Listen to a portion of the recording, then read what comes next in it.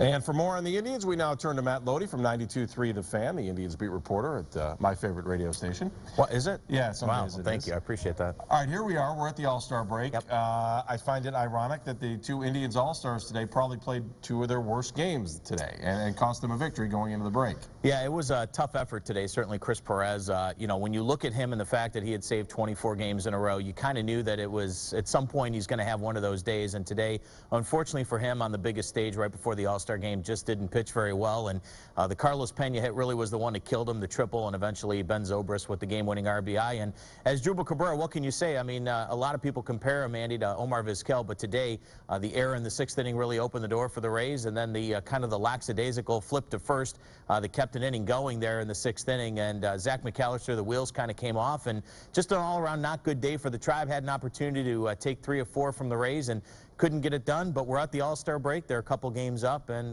Manny Acta seemed very pleased after the game, despite the fact that this team had an opportunity to go into the break a couple more, you know, kind of levels up if they would have gotten that win today.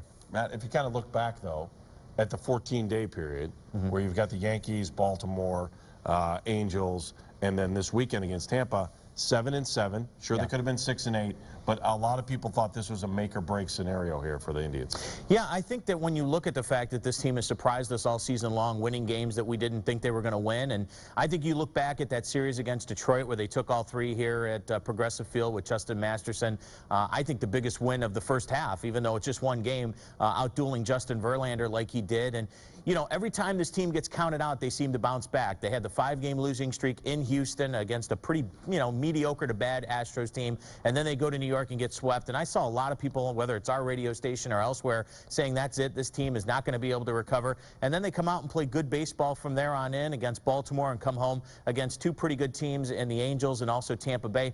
I think that there's reason to be optimistic. I still think Chris Antonetti's going to have the wheels turning to make a deal at some point, whether it's for a bat or a pitcher. We don't know. He didn't even seem to know today when we spoke to him.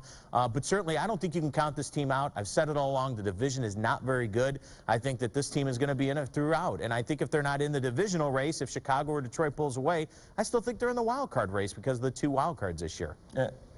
When you look now at, you've got your bat and you've got your pitcher. If you're going to prioritize this, what do you want? I still think you go after the bat. I still think that they need a right-handed outfielder. I've said it all along that I think as they look throughout the process of looking at guys that might be available on the market throughout, I think a right-handed outfielder is the #1 priority. I know that they played around with the Kevin Youkilis situation, but really Jack Hanahan and Jose Lopez, and until he got hurt, Lonnie Chisenhall had done a nice enough job to where I didn't think you really needed a third baseman. But to me, it's a right-handed outfield bat. That is your position of weakness right now, whether it's Johnny Damon or Shelley Duncan. Those guys just, to me, haven't fully gotten the job done. I know Damon had a nice day today. I know Shelley Duncan's been hitting 400 as of late. But to me, Andy, I think long-term, you need a long-term good corner outfielder. And I think if you could go out in the market and get that, it's worth giving up a prospect or 2. All right, let's talk about maybe good, bad, and ugly. Good.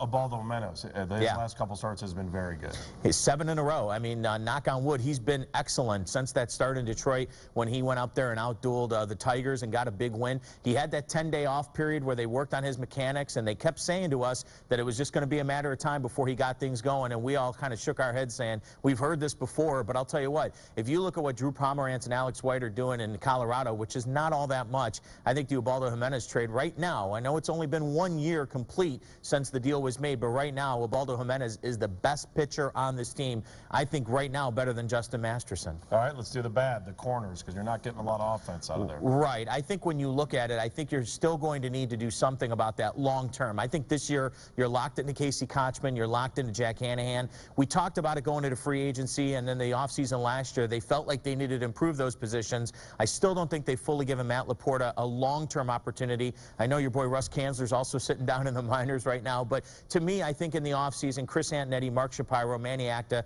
those 3 guys have got to get together and figure out long-term, is Jack Hanahan, is Lonnie Chisenhall the answer at third, and then what do you do at first? I mean, Kochman's been hitting the ball well enough, but to me, had a great opportunity in the 9th inning today against Fernando Rodney and didn't get it done.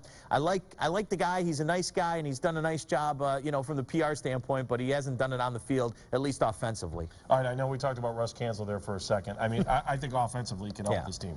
Defensively, you talk about the ugly.